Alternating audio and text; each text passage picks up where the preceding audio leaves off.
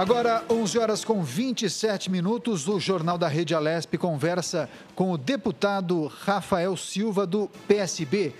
Ele vai falar e analisar o trabalho que está sendo desenvolvido na sua região e também no seu estado para tentar conter a pandemia do coronavírus, Kate. Bom dia, deputado. Seja bem-vindo ao Jornal da Rede Alesp. Bom dia, Kate. É uma alegria falar com vocês, com o pessoal que acompanha essa programação. É importante sempre falarmos desse assunto. A informação é a matéria-prima da consciência. Quanto mais informação o camarada, melhora a sua consciência para o entendimento das coisas. É isso mesmo. Deputado, o Legislativo tem trabalhado de maneira intensa, naturalmente utilizando as plataformas digitais, para tentar assistir a população do estado de São Paulo nesse momento tão difícil, tão complicado. Eu gostaria de saber da avaliação do senhor, que análise e que diagnóstico o senhor faz em relação à adesão da população em relação à quarentena solicitada pela autoridade estadual, o governador João Dória, uma vez que na sexta-feira o governador identificou uma queda da adesão por parte da população nesta quarentena e neste isolamento social, podendo, inclusive, endurecer essa legislação a partir de hoje. Que análise o senhor faz desta situação? O governador João Dória, ele está preocupado realmente com a saúde da população. Alguns outros líderes brasileiros não têm o mesmo sentido em suas falas, em seu comportamento. Agora eu quero deixar aqui uma outra informação. Eu quero colocar um assunto para ser discutido, questionado. Nós estamos fazendo com que microempresas, médias empresas e mesmo grandes empresas fechem suas portas. Muitos funcionários demitidos. Nós temos o problema do distanciamento. Eu sou a favor disso tudo. Não vou dizer que sou contra, não. Sou a favor. Mas existe uma grande hipocrisia neste país com respeito ao transporte coletivo. O vírus, o coronavírus, ele não veio por carta, não veio de bicicleta, ele veio de avião. E um pouco veio de navio, mas a grande maioria veio por via aérea dentro das pessoas. Eles não vieram passeando ali nas poltronas e também eles vão chegar aos bairros, já estão chegando e vão chegar com mais agressividade dentro das pessoas que usam trens, que usam metrô e que usam ônibus urbanos. As pessoas são carregadas sem o mínimo cuidado. Então o camarada pega o ônibus ali num bairro distante, vai para a Praça da Sé, ou vai não sei para onde.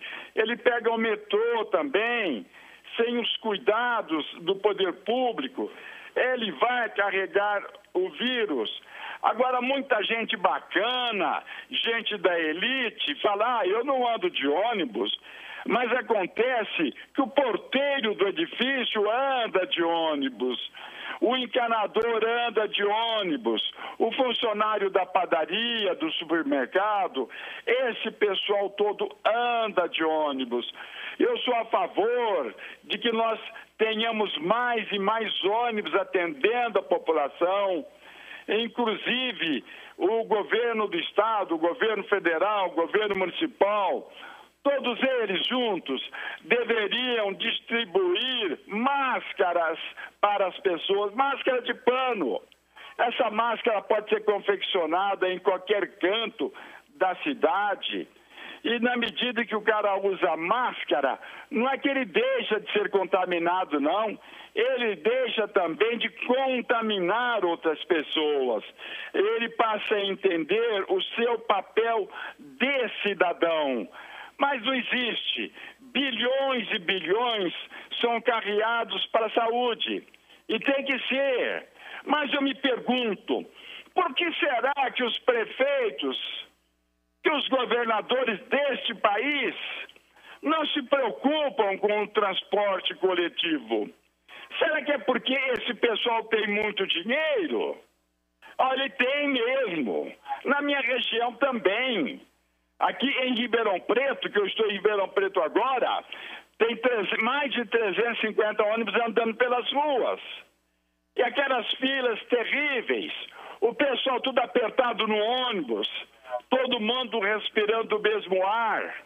Ribeirão Preto é centro de uma região, de uma grande região, e trabalhadores vêm das cidades vizinhas.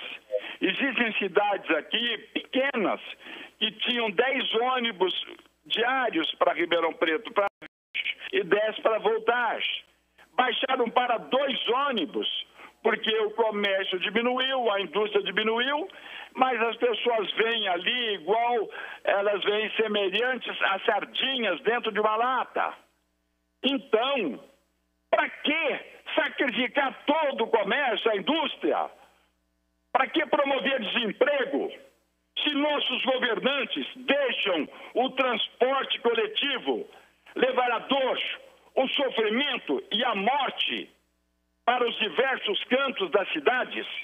E por que é que os grandes órgãos de comunicação de massa não fazem campanhas a respeito disso?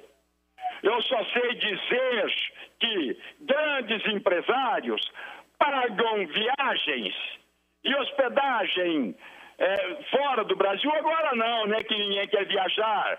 Para muita gente, para família, para parente. E tem muito político que recebe dinheiro do empresário do transporte coletivo. Por isso, o transporte coletivo tem a licença para matar. Licença para matar é que eles têm. Infelizmente, é uma triste realidade que nós vivemos neste país. O vírus, repito, veio de avião, ficou dentro da família lá, algum funcionário da família, mas depois ele tem que ser encaminhado para todos os cantos. E qual que é o melhor meio? É o transporte coletivo. Estão deixando esse crime acontecer. São criminosos. Tivéssemos leis duras, como existem em outros países, esse pessoal iria para a cadeia. Para a cadeia. Mas aqui não. Aqui tem dinheiro, financiou campanha eleitoral, aí tudo pode. É a triste realidade brasileira. Eu gostaria que você interagisse, discordasse. Pode discordar de mim? Não. Na padaria ele pega o vírus no ônibus, não. No ônibus tudo empelotadinho, mas o vírus é educado.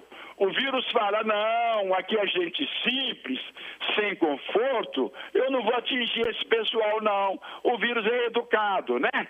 Eu acho que a hipocrisia domina. Eu vejo autoridades, mesmo médicos, não, porque o distanciamento é lógico, tem que haver o distanciamento. Mas o transporte coletivo, em São Paulo tem mais de 1.000 ônibus circulando, mais de 4.000. Imagine, um dia um leva um, outro leva outro, outro leva outro. E o ônibus de manhã e de noite, esses ônibus andam superlotados. Ah, mas aí o vírus não gosta de ônibus. O vírus não...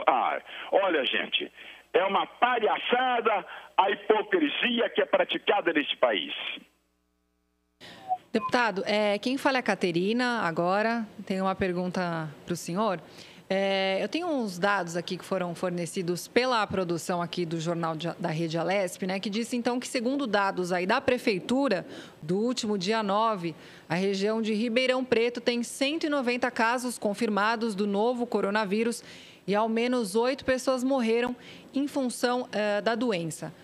Queria que o senhor, qual o balanço que o senhor faz, então, aí em relação à cidade de Ribeirão Preto? O senhor pontuou aí o aspecto do transporte público, que realmente, sem dúvida, é um fato importante aí que precisa, então, ser falado e chamada a atenção, então, aí das autoridades e da população, para que realmente evite essa aglomeração aí nos transportes. Mas que outras considerações, né, a gente poderia fazer a respeito de Ribeirão Preto, em relação também à resposta aí da população, em relação às medidas aí indicadas de isolamento, por exemplo?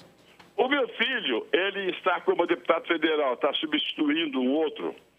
Ele está substituindo. E ele pegou não sei se é esse vírus ou se é outro. Ele teve os sintomas, foi para o hospital.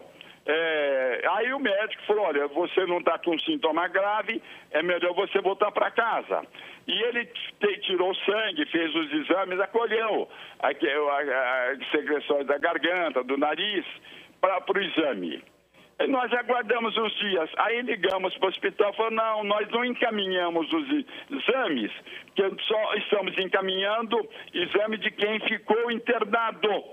Meu filho ficou com esses sintomas durante vários dias, que ele, como deputado federal, teve contatos com outro, inclusive com outro deputado, que eu não vou nem citar o nome. Ele foi deputado estadual aí, com a gente da Assembleia, e hoje é deputado federal. E também ele adquiriu o vírus.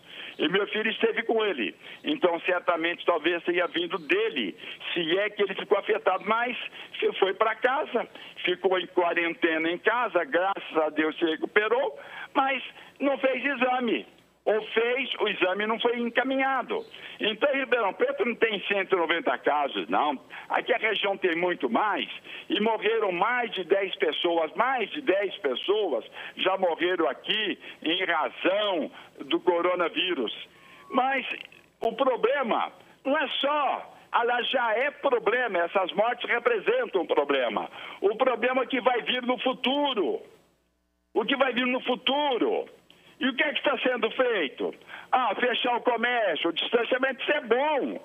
Mas o transporte coletivo tem a permissão para matar, para levar dor, sofrimento e morte para todos os cantos. Então, aqui em Ribeirão Preto nós estamos, não adianta. O prefeito daqui, ele se finge de surdo, porque aqui o transporte coletivo está uma vergonha. O transporte das cidades vizinhas, os trabalhadores que vêm para cá de manhã e voltam de noite, estão viajando também sem o mínimo conforto. Então, infelizmente, é uma vergonha o que acontece nesse país. Aqui nós estamos alertando, eu e meu filho, a gente participa da rede social, alerta e fala, mas infelizmente, quem tem o poder do comando não assume posição séria. Então, a região está sendo penalizada, sim. Olha, eu vou lhe dizer, ontem eu estava ouvindo uma entrevista do prefeito de Muzambinho, num programa de rádio do Milton Neves. E aí, lá em Muzambinho não tem um caso suspeito, não tem um caso comprovado, porque há mais de mês ele fechou todas as entradas da cidade e só entra o pessoal de Muzambinho, ou caminhão levando mercadoria, levando remédio, ele fiscaliza tudo. Não tem um caso suspeito, repito, nenhum, muito menos comprovado. Então, por quê? Porque ele fiscalizou. Agora, o transporte coletivo é em São Paulo. Em São Paulo, vai no horário de pico, no ponto de ônibus. As pessoas todas ali encostadas umas das outras. E veja como é que sai o ônibus também. E o metrô também andava desse jeito. Tiraram linha do metrô, linha de ônibus, que é para o empresário ganhar bastante. Gente, fica muito mais barato para o governo dar dinheiro para o empresário rodar sem catraca, sem cobrar passagem. Bastante ônibus. Fica muito mais barato abrir a catraca do metrô. Em Portugal, eles fizeram isso. Em Portugal fizeram isso com o transporte coletivo. O ônibus lá anda praticamente vazio. O metrô também. Agora, o português faz isso. Aqui no Brasil, nós não podemos fazer. Por quê? Porque existe um comprometimento. Infelizmente, desculpa se eu estou sendo duro, mas muito mais duro do que minha palavra é uma família tendo um ente querido sendo enterrado. Por quê? Porque os governantes não tiveram a preocupação que deveriam ter. Perfeito. Deputado, eu gostaria de já agradecer ao senhor pela entrevista, pelas informações, mas eu também gostaria de tocar em uma informação, uma notícia triste, porque na semana passada nós registramos a morte do ex-deputado estadual Vitor Sapienza, vítima de coronavírus. Eu sei que o senhor chegou a ter contato com o deputado Vitor Sapienza e gostaria que o senhor registrasse a saudade e a homenagem a este parlamentar aqui da Assembleia Legislativa de São Paulo. Você não vai acreditar. Uns 3, 4 dias antes de o Vitor Sapienza falecer, eu acordava de madrugada falando, puxa vida, eu tenho que prestar uma homenagem para o Vitor Sapienza. Eu nem sabia que ele estava doente, porque Vitor Sapienza tinha um coração maior que ele. Vitor Sapienza era uma pessoa maravilhosa, um ser humano sensacional. Eu conversava muito com o Vitor Sapienza, palmeirense, conselheiro do Palmeiras. Olha, um cidadão acima da normalidade. Meu amigo de verdade. A minha família ficou toda sentida, inclusive o Vitor Sapienza no último ano de mandato. Ele falou, Rafael, eu não sou mais candidato e eu queria fazer justiça. Queria fazer uma homenagem para Maria Clara, sua esposa, e porque vocês trabalham assim, com muito amor, com muito carinho. Foi, Vitor, nada disso. Ele falou, não, Rafael, eu vou sair da Assembleia, que não sou candidato à reeleição, e eu quero fazer justiça. Ainda fez isso. Você imagina por aí a grandeza de alma do Vitor Sapienza, que morreu pelo coronavírus, né? É mais um cidadão maravilhoso que foi embora. Então, eu quero... Me desculpa, né? Isso eu exagerei aí, isso foi muito duro nas minhas colocações. Eu gostaria que as emissoras de televisão tivessem a independência de não se curvarem diante dos poderosos do poder econômico, dos poderosos da política. Eu gostaria que cada um gritasse, porque assim nós seríamos fortes e poderíamos evitar a morte de milhares de pessoas. Eu sei que já passou muito tempo. Eles abusaram, mas sempre é tempo para a gente fazer alguma coisa. Desculpa, viu, se eu fui um tanto duro na minha fala. Agora, o Vitor Sapienza ficou no meu coração. Vitor Sapienza, uma figura humana maravilhosa. Conversamos agora com o deputado Rafael Silva, do PSB. Ele falou sobre o coronavírus, sobre os problemas no transporte de saúde, também dificuldade do comércio e também como a região de Ribeirão Preto tem enfrentado a pandemia por Covid-19. E, por fim, ele prestou uma homenagem ao Vitor Sapienza, parlamentar que faleceu na última semana, vítima de Covid-19. Deputado, muito obrigado por sua participação. Uma boa semana para o senhor. Um abraço e muito obrigado. Obrigada e até a